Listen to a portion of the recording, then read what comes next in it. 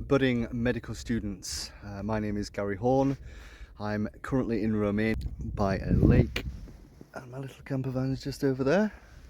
But the reason why you've clicked on this video obviously is because of the title, I guess. Perhaps you're a medical student applying to schools across Europe, and the title of the video obviously is of course, is Ukraine a safe place to study medicine? And I'm not talking about the war. I thought I'd start this video off in a nice relaxed location and tell you a bit about myself, how I kind of ended up in medical school in Ukraine. So about 3 years ago I finished a nursing course in England. Whilst doing that course I did a lot of clinical work and I decided that I wanted to be a doctor. All the doctors were very lovely. I worked during the pandemic at Pinderfields Hospital in Wakefield, so hello Pinderfields Hospital. And I was more interested in what the doctors did than what the nurses did.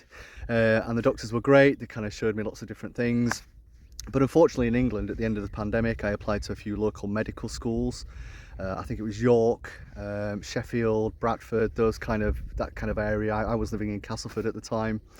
And unfortunately my nursing diploma wouldn't allow me to get into medical school in England. So I made the decision to sell all of my possessions, my house, my cars, buy a little motorhome, a 30-year-old camper van, travel across Europe applying to medical schools. I avoided some of the, well, I'm going to call them big countries, but maybe not geographically, but perhaps economically, such as Germany, Italy, France. I kind of avoided all those and waited until I kind of hit sort of the former Yugoslavia territory before I started applying to medical schools. I applied to 80 in total with my nursing diploma, some of which didn't speak English, a lot of which didn't actually reply to my emails. I then decided to go knocking on doors saying, hi, I'm Gary Horn. I had a little, I'm a bit of a computer gamer. I was really into Monkey Island, so I created this image before I set off, which was basically my kind of symbol as I was sort of like traveling across Europe. I knocked on doors, I visited 23 medical schools, and out of those 23 I was offered 12 places.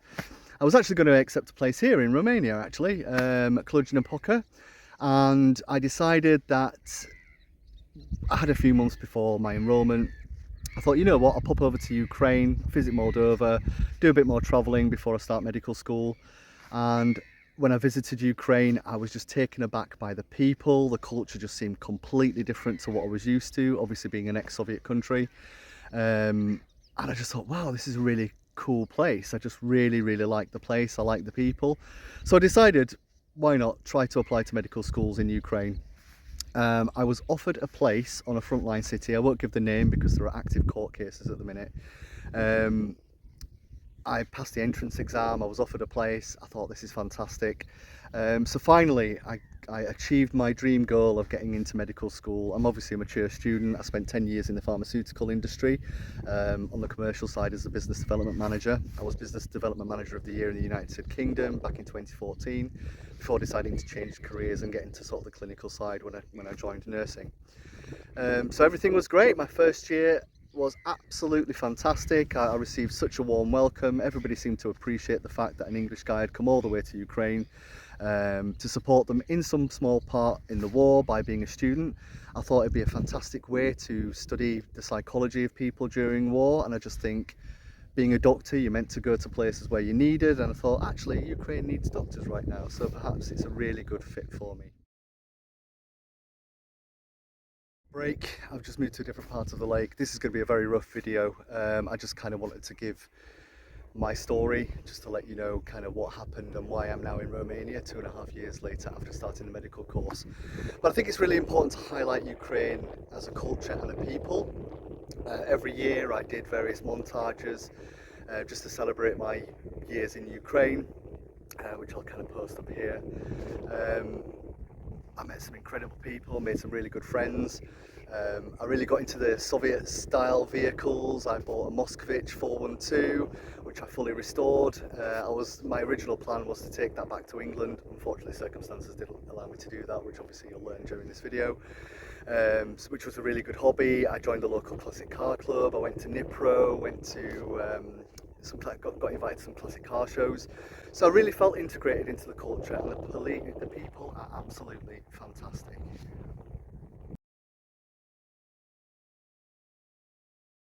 So I'm back on shore, hashtag van life, by the Romanian lake. And I wanted to touch a little bit on education, because I'm sure that's what you're interested in. You want to go to medical school and be educated in medicine. I'll try and post some pictures around here as I'm going along, just sharing my experience. You'll hear me say this, I'm sure, a few times during this video. I'm trying to do it across the day. I'm not a YouTuber, this is going to be rough as hell. But yeah, I'll just try and post some, I'm not like a van life blogger or anything like that. But hopefully this gives you an idea. Now, the education was brilliant. The teachers are excellent. They spoke perfect English. Obviously the course was taught in the English medium. My anatomy classes, I was able to attend practical classes. Histology was a particular highlight, which I didn't think it would be. What else was there? There was obviously physics, Latin, it was, biophysics, Latin, so many different subjects that you cover. It's a really good programme. The facilities are brilliant. There's a couple of museums there. They've got like a huge anatomy sort of museum with like conjoined baby twins in jars, which is a bit freaky and unusual. Yeah, lots of body parts in jars. But yeah, like I said, the facilities were great. The dormitory, however, is not so great. The last month that I was living there, in fact, I'm still technically living there. I'll get on to kind of why I'm in Romania sort of towards the back end of the video. But I'm still technically a resident there in the dormitory, but they haven't had electricity, not because of the war, but the dormitories are really not well maintained. There was only hot water in one sink, for example. But aside from that, the education was the most important thing to me anyway. And like I said, the lessons were really well structured. The teachers were really approachable. You could ask questions. Because of the war, the class sizes were quite small, so you did get a lot of attention as well. But yeah, hopefully from these pictures you'll get a good idea of what the education is like. So I want to be very clear during the course of this video that I don't want it to be a complaining video. I just want to share the bureaucratic nonsense that I've been through and what I've faced and the impact that that's had, both financially and logistically. But I don't want to detract away from the everyday, regular Ukrainian that's just trying to live their lives. And the experience, even the teachers themselves have a really difficult time. I believe that their salaries have decreased, obviously using the war as an excuse. And in terms of foreign students, which pay 4 times, I'll go a bit more into the finances a bit later, but 4 times more, I believe, or definitely considerably more than domestic students. The teachers who teach in English don't actually get paid anymore. They used to, but apparently they don't anymore. So I know it's not just from my perspective. I know that the bureaucracy affects everyday Ukrainians. And when I speak to, for example, my classic car friends, who I spoke to before I left to come to Romania, and I've told them what happened, their attitude is, which obviously I'll share with you, is, well, this is Ukraine, this is just the way it is.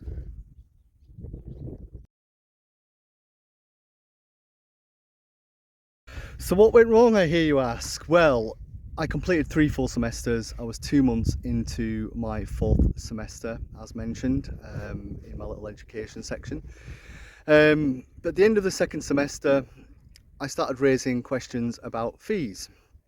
The exchange rate meant that my fees had increased from year 1 to year 2 by 16%, which in real cash terms is about €350 or something like that, so it was quite expensive.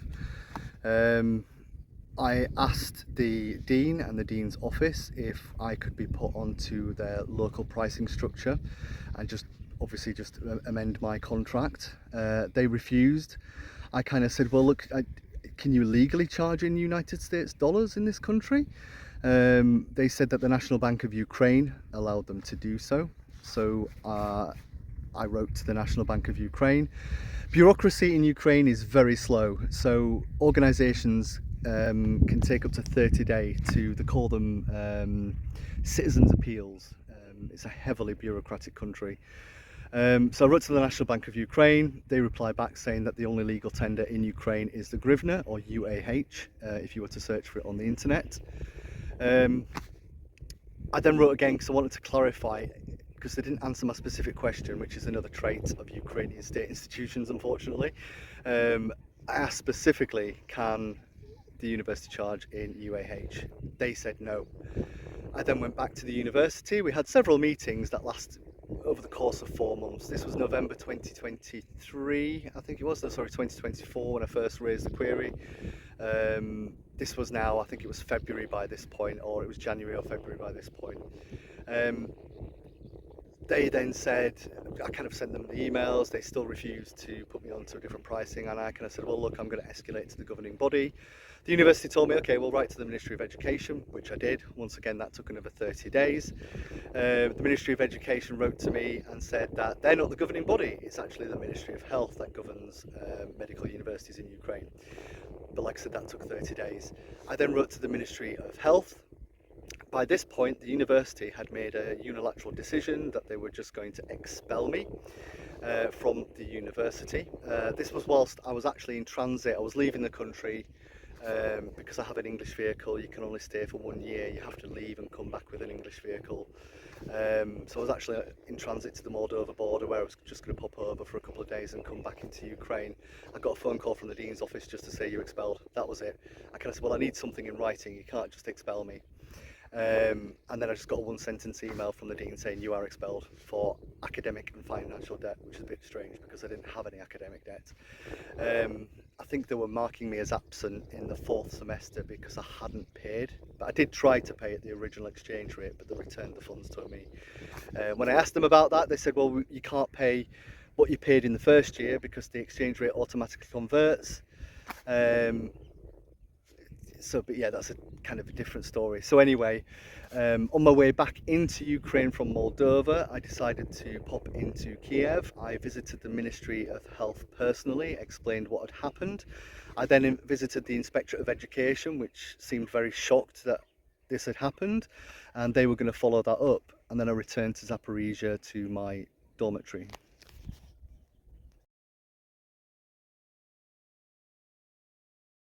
This video is going to jump around a little bit because I'm kind of doing stuff today. So I'm kind of doing like little sections as I go. So I returned to Ukraine from the exportation and importation of my vehicle. I then met with the first rector. I said, hang on a second, guys, you can't just expel somebody without warning. They tried to gaslight me. They said, we did warn you. And I kind of said, well, no, we didn't. We'd arranged to meet a week prior to me leaving the country. They just didn't turn up to that meeting. I offered to pay multiple times throughout the entire dispute at the original exchange rate. And then obviously once we'd established the legalities of it, I asked for some kind of formal letter or formal communication from the university to justify the legality of their fees. I made it clear, if the fees are legal, I'll pay the fees. That never came. So in this meeting with the first rector, I then said, well, what do you want to do? They kind of offered, they said, well, if you pay and the fees are illegal, then we'll refund you the difference. I said, well, that's fine. That sounds reasonable. But then they refused and said it was too late. And I said, well, hang on a second, guys. I've got a 30-day appeal window. They also said that was too late. So by this point, I'd been expelled without warning. I'd been offered no right to appeal. I think in that meeting, they were expecting me to beg or go on to maybe a new contract. Obviously, every year the contracts increase in line with inflation, which in Ukraine is quite substantial. I think it's 12%. So even though the exchange rate increases your fees by 16%, the new contracts increase by 12% year on year. And I think that's kind of what they wanted me to do, which of course I didn't do. I was then informed that my residency had been revoked. Now in Ukraine, if your temporary residency permit is revoked, you have 7 days to leave the country. Now, just think about that for a second. I'd just left the country to export my vehicle, which they fully knew that I was leaving the country to export my vehicle and re-import it. Then they revoked my residency. Now, this is massive human rights. I think I've read into it. It looks like, I think it was about 6 or 7 different human rights were breached just by that action. So expelled without warning, no right to appeal, forced to leave the country in 7 days. I then spoke to migration. They told me that I had to leave the country. The immigration team were really aggressive. They were really nasty. I approached them really professionally. I agreed to leave the country. They assured me that I could return on a tourist visa. So I then returned. I left the country again into Moldova. Luckily, I still had my insurance. Then came back into Ukraine on a 90-day tourist visa, and decided that I would pursue my, my dispute through the courts, which I thought, to me, this all seems quite clean cut. In the meantime, following my visit from Kyiv, the Ministry of Health wrote a letter to the university saying that their fees were illegal and discriminatory. They also asked the university to provide me with a detailed breakdown of the costs and to justify their fees. They had until the 1st of May to respond to that letter, which they never did. But the Ministry of Health basically offered to act as a mediator. So not only was I expelled without warning, offered no right to appeal, and forced to leave the country in 7 days.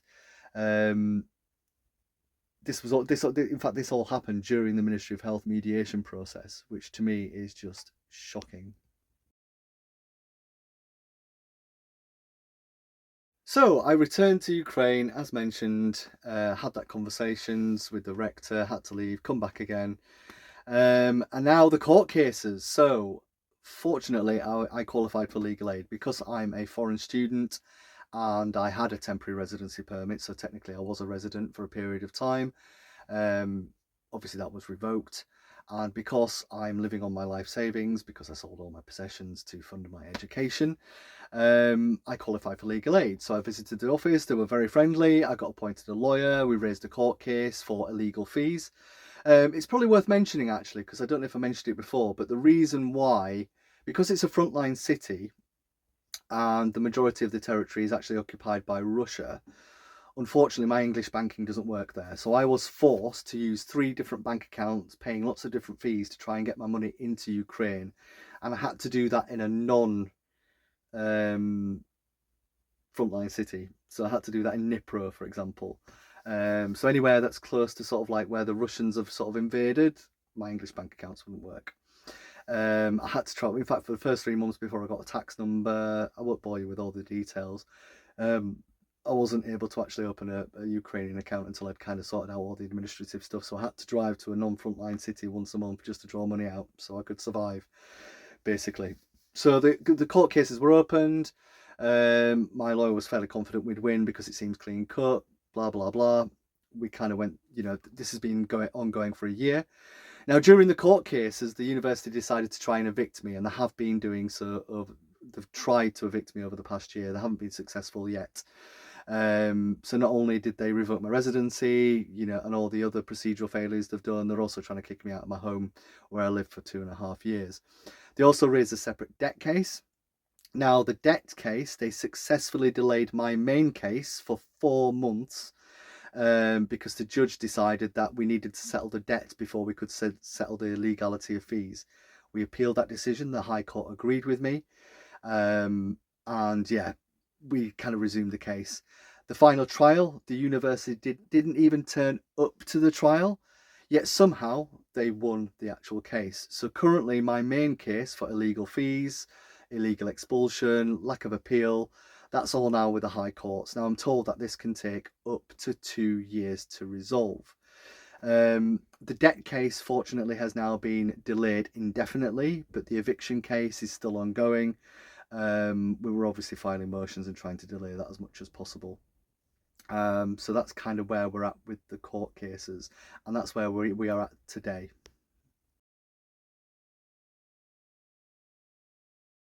So I've told you about the court cases. I briefly touched upon it. It's been ongoing now for about a year. But I wanted to touch on immigration. So of course, when I returned to the country on a 90-day tourist visa, that gave me time to sort of establish a lawyer, kind of file court proceedings. However, obviously the clock was ticking. So my lawyer and I physically approached. We also wrote, we sent emails. We appealed multiple times to the immigration office and the migration office to say, look, I've got this active dispute due to the illegal actions of the university and the breach of my multiple human rights. So I should be able to stay and fight for justice. Immigration didn't agree with that. They basically said, oh, you don't need to be in the country, you've got a lawyer, you don't need to be here. Now I like to manage things myself, and I don't particularly, obviously after everything's happened, didn't really particularly trust the legal system in Ukraine, if I'm completely honest. But anyway, they decided to deport me. So I was arrested, well I won't call it arrested because it's more of an administrative time, but I was detained against my will by immigration for 2 hours. They decided to officially deport me from the country.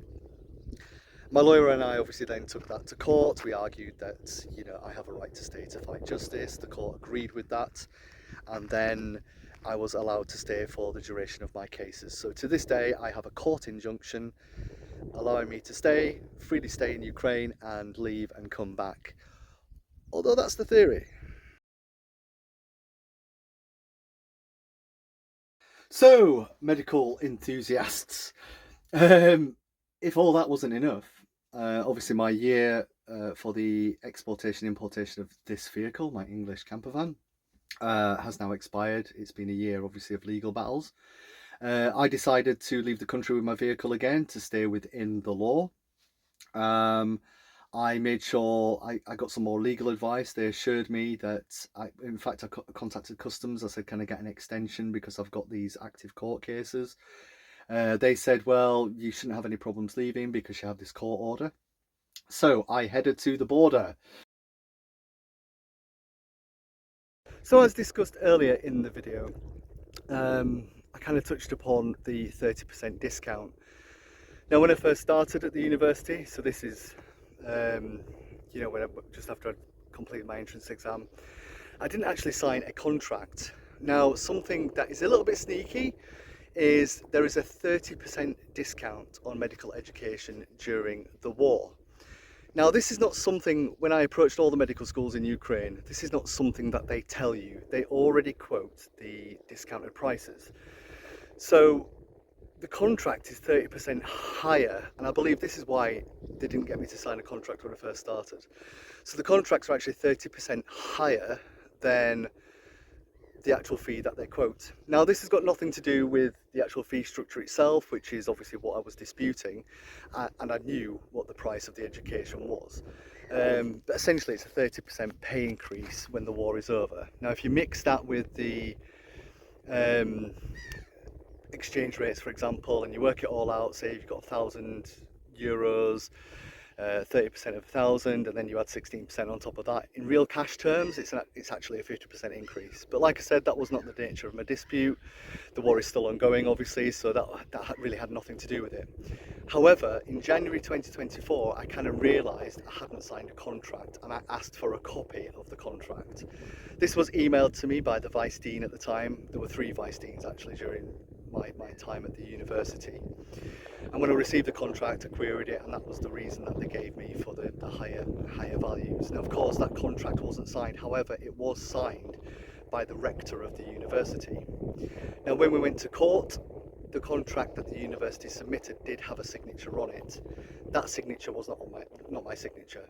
The contract didn't have a date, and all the stamps and the Rector's signature all lined up with the unsigned contract that I'd received.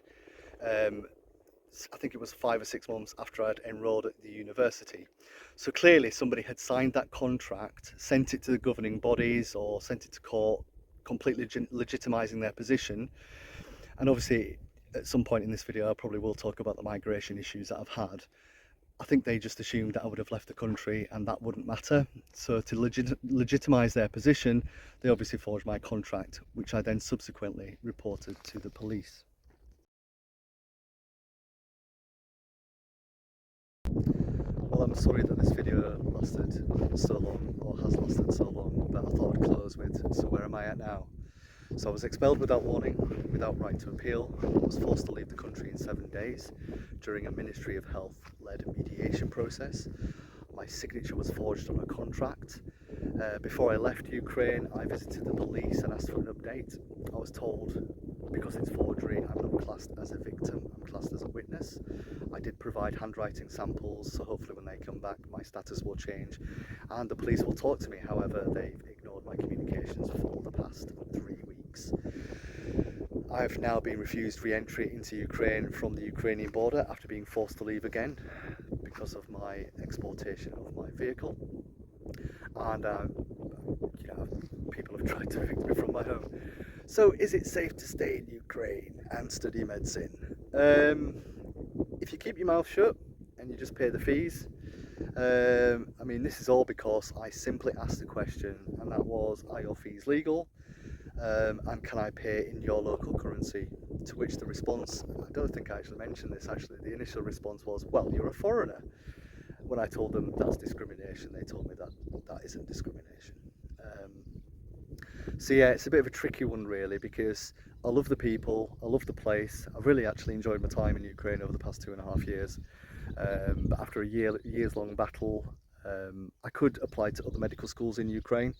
I could move on, but it's the same rules. You know, if you ask a question, am I going to get kicked out of the country again in another 7 days?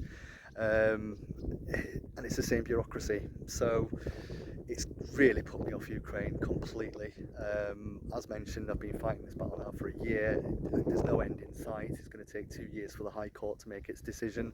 Then I've got to go to the Supreme Court, and then obviously for the human rights aspect, I have to exhaust everything in Ukraine before I can go to the human rights courts, unfortunately. So we're talking a good 2 or 3 years battle from now. So I've decided to pursue other opportunities. I managed to get my transcript, I've got good grades, I've got my credits. That was a battle, and the police had to help me with that, and so did my lawyer. So yeah, it's just the first year was great. The past year has just been a complete and utter bureaucratic nightmare. And now I have to fight to be able to return to Ukraine, even though I've got a court injunction allowing me to go back in. So I've not admitted defeat, but it's just not a viable option for me personally. Obviously, you need to decide what to do. If you're like me and you like standing up for rights, and I'd like to think you do, since you want to be a doctor, then probably it's not the place for you right now. And I'm not talking about the war. For me, it was important to try and support another country during one of their difficult times, which I did, and I'm really pleased with what I've achieved there. But obviously you'll have to make your decision. But I'm not a YouTuber, I'm not a van life blogger. You don't need to like or subscribe, but if you do have any questions or you want to send me a message, then of course I'll reply back. Or if you want more information, if you want specific details, if you want documents and things like that, I'm sure there's certain things that I can share with you if you do want some more information. But I thought it was really important to share this video because obviously you can imagine the huge impact that this has had. I've lost a whole year of study, I've lost loads of money exiting and re-entering the country, and the attitude from them is they just seem to think you're a foreigner and you've got loads of money and you can just constantly exit and return, and you've got years to go through the courts and follow the proper legal system. Unfortunately, the two words that I wouldn't attribute to Ukrainian bureaucracy is being reasonable and being accountable. So if you're looking for somewhere more secure, so I just won't choose this country at all, I won't choose Ukraine. But here I am, stranded in Romania by a lake. I've been fishing, kayaking, back to nature. So yeah, I've had a really good week actually, believe it or not, despite all the challenges. But no, I wish you well. Hopefully this has given you a bit of insight, a real life insight into studying medicine in Ukraine.